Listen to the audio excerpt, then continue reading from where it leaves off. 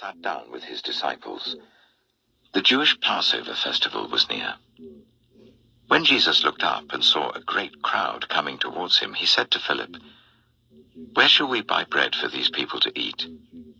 He asked this only to test him, for he already had in mind what he was going to do. Philip answered him, "It would take more than half a year's wages to buy enough bread for each one to have a bite." Another of his disciples, Andrew, Simon Peter's brother, spoke up. "Here is a boy with 5 small barley loaves and 2 small fish. But how far will they go among so many?" Jesus said, "Make the people sit down." There was plenty of grass in that place, and they sat down. About 5,000 men were there. Jesus then took the loaves, gave thanks, and distributed to those who were seated as much as they wanted. He did the same with the fish. When they had all had enough to eat, he said to his disciples, "Gather the pieces that are left over, let nothing be wasted." So they gathered them and filled 12 baskets with the pieces of the 5 barley loaves left over by those who had eaten. After the people saw the sign Jesus performed, they began to say, "Surely this is the prophet who is to come into the world." Jesus, knowing that they intended to come and make him king by force, withdrew again to a mountain by himself. When evening came, his disciples went down to the lake, where they got into a boat and set off across the lake for Capernaum. By now it was dark, and Jesus had not yet joined them. A strong wind was blowing, and the waters grew rough. When they had rowed about 3 or 4 miles, they saw Jesus approaching the boat, walking on the water, and they were frightened. But he said to them, "It is I, don't be afraid." Then they were willing to take him into the boat, and immediately the boat reached the shore where they were heading. The next day, the crowd that had stayed on the opposite shore of the lake realized that only one boat had been there, and that Jesus had not entered it with his disciples, but that they had gone away alone. Then some boats from Tiberias landed near the place where the people had eaten the bread after the Lord had given thanks.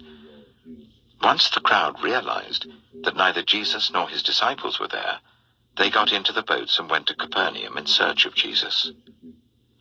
When they found him on the other side of the lake, they asked him, "Rabbi, when did you get here?" Jesus answered, "Very truly I tell you, you are looking for me not because you saw the signs I performed, but because you ate the loaves and had your fill. Do not work for food that spoils, but for food that endures to eternal life, which the Son of Man will give you. For on him God the Father has placed his seal of approval." Then they asked him, "What must we do to do the works God requires?" Jesus answered, "The work of God is this, to believe in the one he has sent." So they asked him, "What sign then will you give that we may see it and believe you? What will you do? Our ancestors ate the manna in the wilderness. As it is written, he gave them bread from heaven to eat."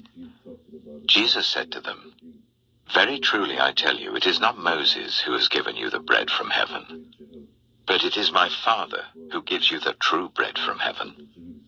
For the bread of God is the bread that comes down from heaven and gives life to the world." "Sir," they said, "always give us this bread." Then Jesus declared, "I am the bread of life. Whoever comes to me will never go hungry, and whoever believes in me will never be thirsty. But as I told you, you have seen me, and still you do not believe.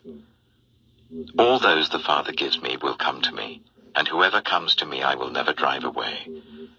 For I have come down from heaven not to do my will, but to do the will of him who sent me. And this is the will of him who sent me, that I shall lose none of all those he has given me, but raise them up at the last day. For my Father's will is that everyone who looks to the Son and believes in him shall have eternal life, and I will raise them up at the last day." At this, the Jews there began to grumble about him because he said, "I am the bread that came down from heaven." They said, "Is not this Jesus, the son of Joseph, whose father and mother we know? How can he now say, 'I came down from heaven'?" "Stop grumbling among yourselves," Jesus answered. "No one can come to me unless the Father who sent me draws them, and I will raise them up at the last day. It is written in the prophets, 'They will all be taught by God.' Everyone who has heard the Father and learned from him comes to me. No one has seen the Father except the one who is from God. Only he has seen the Father. Very truly I tell you, the one who believes has eternal life. I am the bread of life. Your ancestors ate the manna in the wilderness, yet they died. But here is the bread that comes down from heaven, which anyone may eat and not die. I am the living bread that came down from heaven. Whoever eats this bread will live forever. This bread is my flesh, which I will give for the life of the world." Then the Jews began to argue sharply among themselves, "How can this man give us his flesh to eat?" Jesus said to them, "Very truly I tell you, unless you eat the flesh of the Son of Man and drink his blood, you have no life in you. Whoever eats my flesh and drinks my blood has eternal life, and I will raise them up at the last day. For my flesh is real food, and my blood is real drink. Whoever eats my flesh and drinks my blood remains in me, and I in them. Just as the living Father sent me, and I live because of the Father, so the one who feeds on me will live because of me. This is the bread that came down from heaven. Your ancestors ate manna and died, but whoever feeds on this bread will live forever." He said this while teaching in the synagogue in Capernaum. On hearing it, many of his disciples said, "This is a hard teaching. Who can accept it?" Aware that his disciples were grumbling about this, Jesus said to them, "Does this offend you?